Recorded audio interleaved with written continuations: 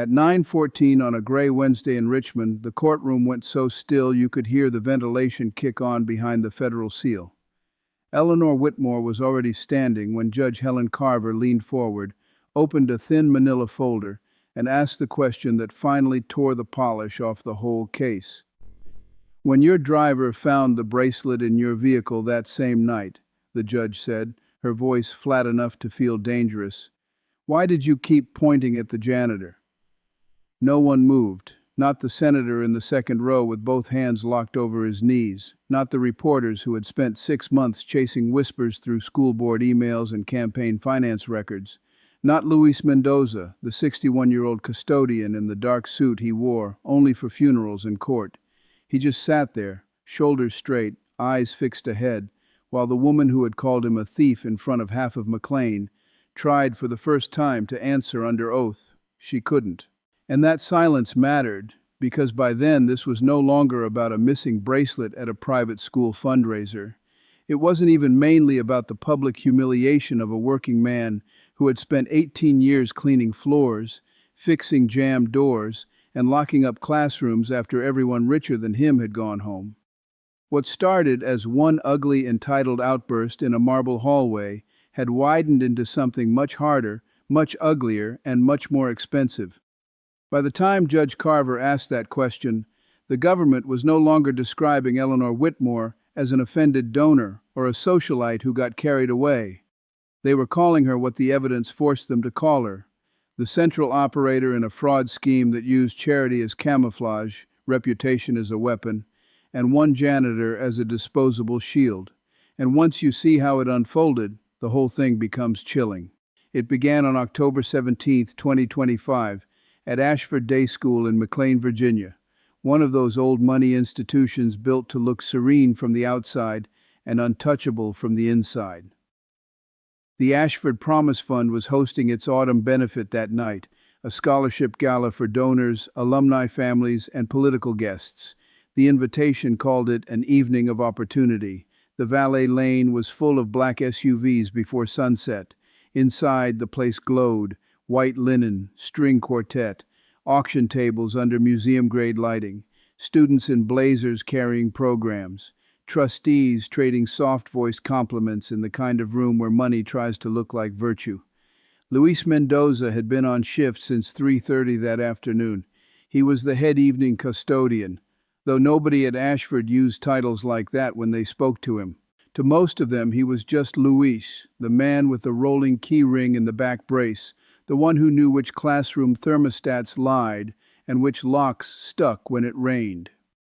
He was a widower. He lived in Falls Church with his daughter Anna and his 12-year-old granddaughter Lucia, whose insulin came through the health plan tied to his job.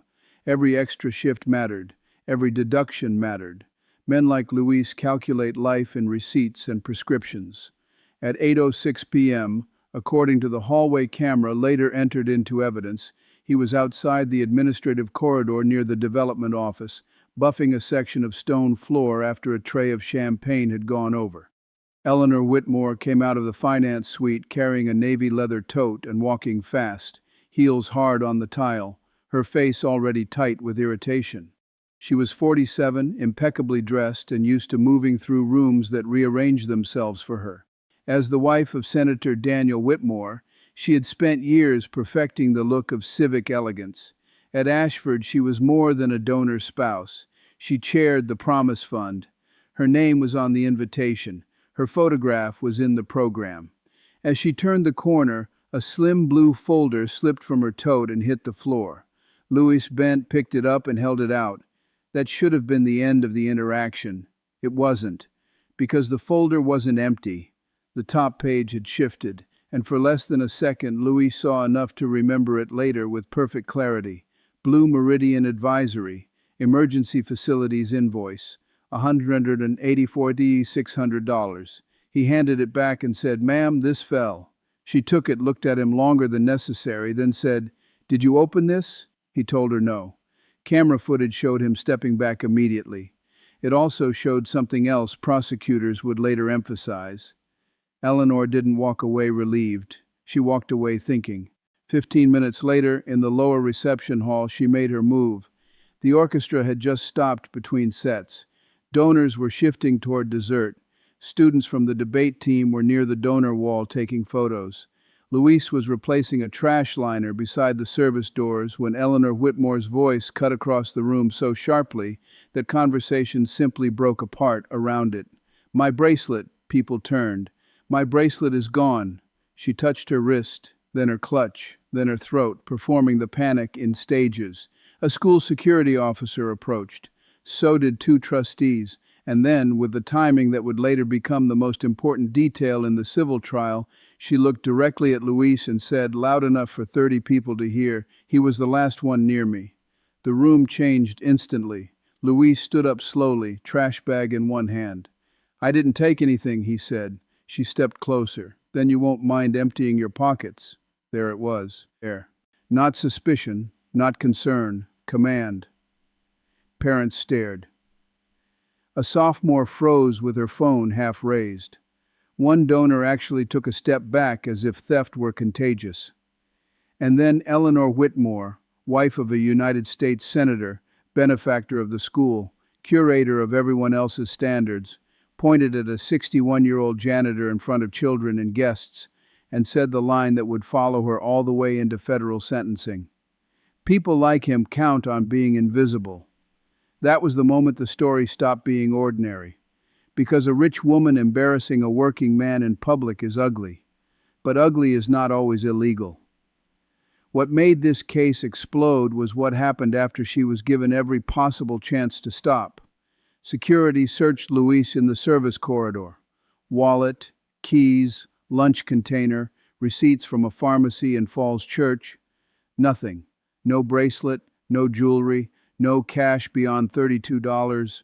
No reason to keep going. But Eleanor kept going. She insisted the campus be locked down. She demanded police. She told Headmaster Robert Vale that if the school handled this quietly, donors would think Ashford protected thieves. She called Luis aggressive when he asked for a staff witness. By 9:27 p.m., Fairfax County officers had arrived.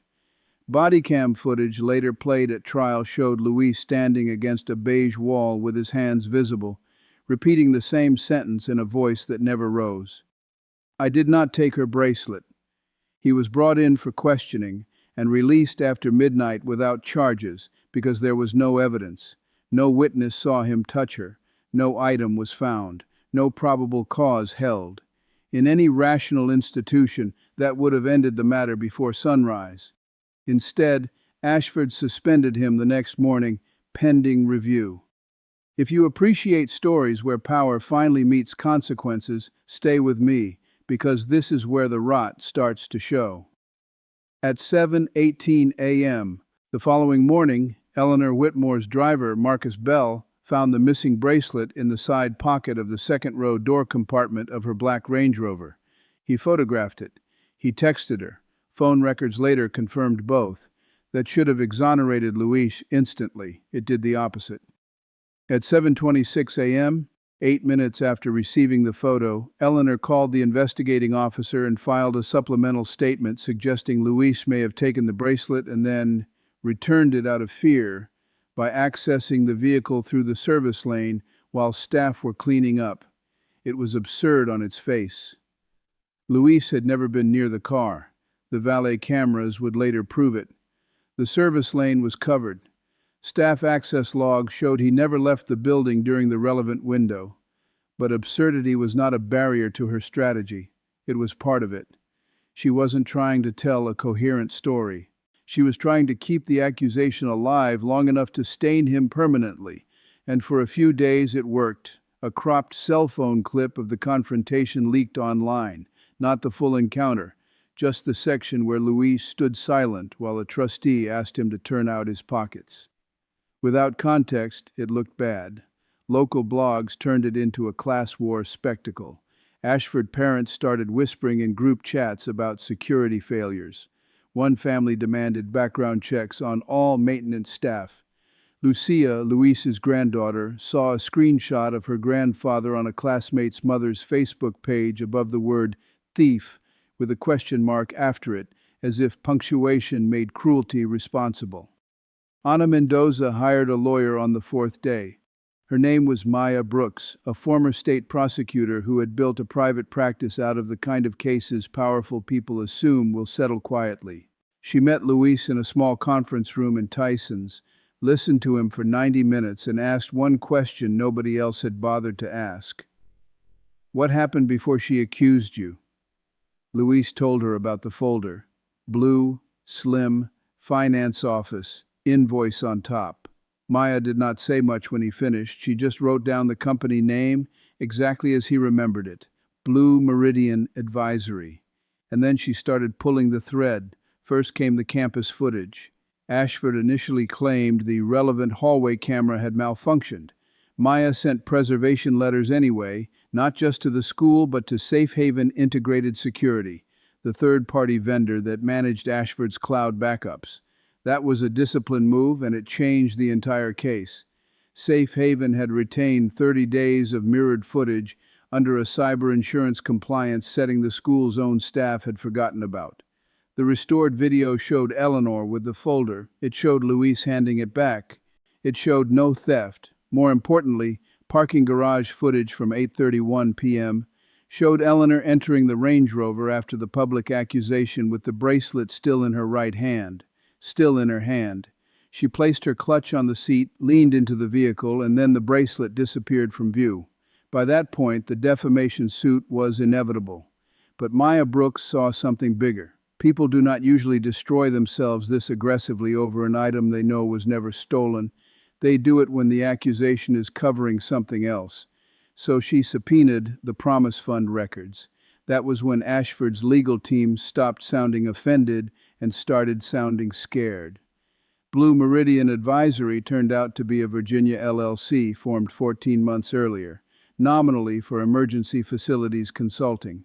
Over that same period, the Ashford Promise Fund had approved a cluster of unusually large payments tied to urgent campus repairs, temporary access mitigation, and evening contractor surcharges.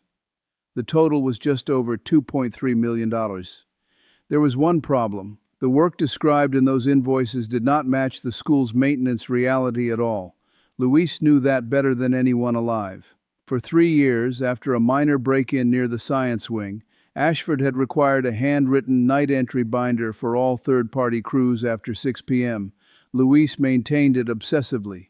Dates, names, company badges, areas accessed, exit times.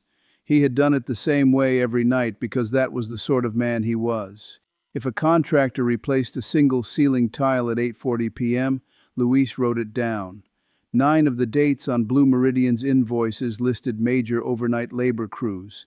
The binder showed no crews, no entries, no badges, no sign-ins, nothing. Suddenly the janitor was not just the man she had publicly accused. He was the man whose routine paperwork could destroy the financial architecture she had been hiding behind charity dinners and donor speeches. Then investigators found the detail that changed everything. Ashford's annual gala livestream had used wireless lavalier microphones for the headmaster and fun chair remarks.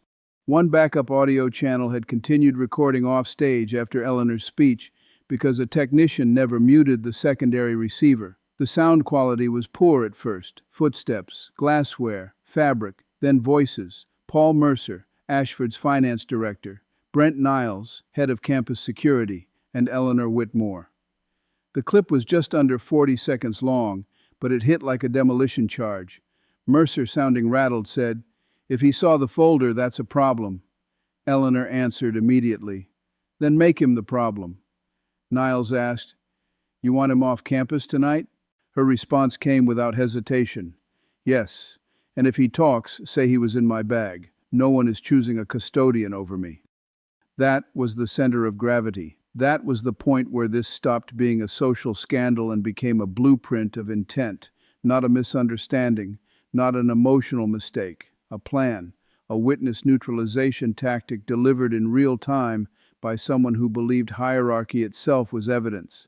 If you believe no one is above accountability, keep listening, because after that recording surfaced, the walls came down fast. The Fairfax Commonwealth's attorney referred the financial portion to the U.S. Attorney's Office for the Eastern District of Virginia, because the scholarship fund payments had crossed state lines through vendor accounts in Maryland and Delaware.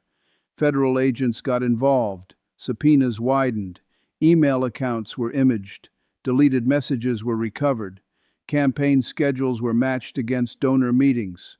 Blue Meridian's registered agent turned out to be a former college roommate of Eleanor's who had no engineering background, no facilities contracts, and a townhouse in Bethesda bought largely in cash 6 months after the first Ashford transfer cleared. Paul Mercer flipped before the grand jury. He testified that the emergency facilities invoices had been fabricated to move scholarship money into consulting channels controlled by Eleanor, then dispersed through 2 pass-through entities into political hospitality expenses, donor entertainment, and personal balances disguised as strategic advisory fees. When he was asked why he didn't stop it sooner, he gave the kind of answer that sounds pathetic until you remember how these systems work. Because she always acted like the institution was hers. That line stayed with the jury. So did the text recovered from Eleanor's phone at 8:43 p.m. the night of the gala, sent to Mercer less than 5 minutes after Luis was being searched. Handle it, he's not the story. By then, Senator Daniel Whitmore was trying to create distance, but distance is hard to fake when calendars, call logs, and donor seating charts exist. He was never criminally charged, but Senate Ethics Council opened an inquiry after records showed his office had facilitated at least 3 school-related donor meetings tied to the same network of contributors benefiting from Eleanor's access. That alone was enough to end his presidential-level ambitions, and everyone in Washington knew it. At trial, the prosecution never overplayed the class angle because they didn't have to. The evidence carried its own moral force. Jurors watched the garage footage. They heard the audio clip. They saw the binder. They followed the money. But the moments people remembered most were smaller, sharper. Luis identifying his own handwriting across 2 years of night logs. Marcus Bell, the driver, testifying with quiet disgust that he found the bracelet before breakfast and was told to stay in his lane. Lucia Mendoza, now 13, describing what it felt like to hear kids at school ask whether her grandfather stole from rich people because that's what janitors do. And then Maya Brooks, in the civil phase that followed, reading Eleanor's own words back to her on cross-examination so slowly that each one felt like a door closing. "No one is choosing a custodian over me." "Did you say that, Mrs. Whitmore?" Eleanor tried the usual routes. Context, stress, misheard audio, political targeting, distortion. Maya did not blink. "Did you say it?" "Yes." That one syllable ended whatever was left of her old life. The criminal verdict came first. Guilty on wire fraud, obstruction of justice, witness tampering, and making false statements to investigators. The civil verdict came 3 weeks later: defamation, intentional infliction of emotional distress, and retaliatory interference with employment. Ashford Day School settled separately for $4.8 million and announced the resignation of Headmaster Vale, the retirement of 2 trustees, and an outside forensic audit of the Promise Fund. Blue Meridian dissolved within days. The townhouse in Bethesda was seized. So were 2 accounts in Northern Virginia holding diverted scholarship funds, but none of that was the moment people kept replaying. It was the sentencing. Judge Helen Carver had a reputation for brevity, which made her anger more dangerous, not less. She did not shout. She did not sermonize. She just read the facts until they became unbearable. She listed the transfers, the false report, the deliberate continuation of the accusation after the bracelet was found, the attempt to erase footage, the use of status to bend institutional behavior. Then she looked at Eleanor Whitmore and delivered the line that made every national outlet the next morning. "You mistook proximity to power for immunity from truth." She paused. "You used a working man's dignity as disposable cover for white-collar theft. The court will not confuse his station with your character." The sentence was 96 months in federal custody, not because the dollar amount alone demanded it, Judge Carver explained, but because the scheme required a level of calculated cruelty that aggravated every count. Fraud was one crime. choosing a human being you considered too small to fight back, humiliating him in public, and trying to bury him under your social rank to keep the fraud alive. That was something colder. By then, Daniel Whitmore had announced he would not seek re-election. His statement mentioned family hardship, partisan distortion, and the need for privacy. It did not mention Luis Mendoza by name. Luis never returned to Ashford. People always expect the ending to be cleaner than real life allows. They expect vindication to restore what humiliation took. It doesn't. A verdict cannot erase the video clip from a child's phone. A settlement cannot undo the nights Anna spent calculating insulin costs in case her father lost coverage for good. Justice matters. But justice is not time travel. What it can do is draw a hard line in public. Luis used part of the settlement to pay off Anna's medical debt and set up an education account for Lucia. He took a facilities supervisor job with Fairfax County 6 months later. Smaller campus, steadier hours, fewer donors pretending to be saints. When he gave his victim impact statement, he did not ask for revenge. He did not even ask for mercy. He said, "I clean up after people for a living. I know the difference between a mess and a decision." That sentence said more about the case than any pundit ever did. Because this was never just about one senator's wife saying something vile in a hallway. It exposed a hierarchy so deeply believed that a woman facing exposure thought she could point at the nearest working-class man, wrap accusation around him like caution tape, and trust the room to obey. For a while the room did. The headmaster did, the trustees did, the police almost did. The internet certainly did, until the records arrived, until the footage loaded, until the audio played, until the man she tried to make invisible became the one witness the facts could not move around. If cases like this make you think, let me know in the comments, because the most disturbing part of this story is how ordinary the first reaction was. Not the fraud, not even the lie. The reflex. The speed with which status was treated as credibility and labor was treated as suspicion. That instinct lives in more places than court records ever capture. In the end, Eleanor Whitmore lost the thing she had counted on most. Not money, not jewelry, not even freedom. She lost the protection of assumption. Once the evidence spoke, her title, her wardrobe, her donor lists, her husband's office, the entire architecture of deference collapsed around her. And the man she tried to reduce to a uniform and a set of keys outlasted all of it. That is why Judge Carver's response landed the way it did. It wasn't theatrical. It was worse. It was exact. On the night of the gala, Eleanor Whitmore looked at a janitor and saw a person she believed could be sacrificed without cost. Months later, in a federal courtroom, the country watched the cost arrive with interest. And maybe that is the final lesson here. Arrogance likes witnesses only when they are impressed. Real evidence doesn't impress. It remembers. It waits. And when it finally speaks, it does not care whose name was printed on the invitation.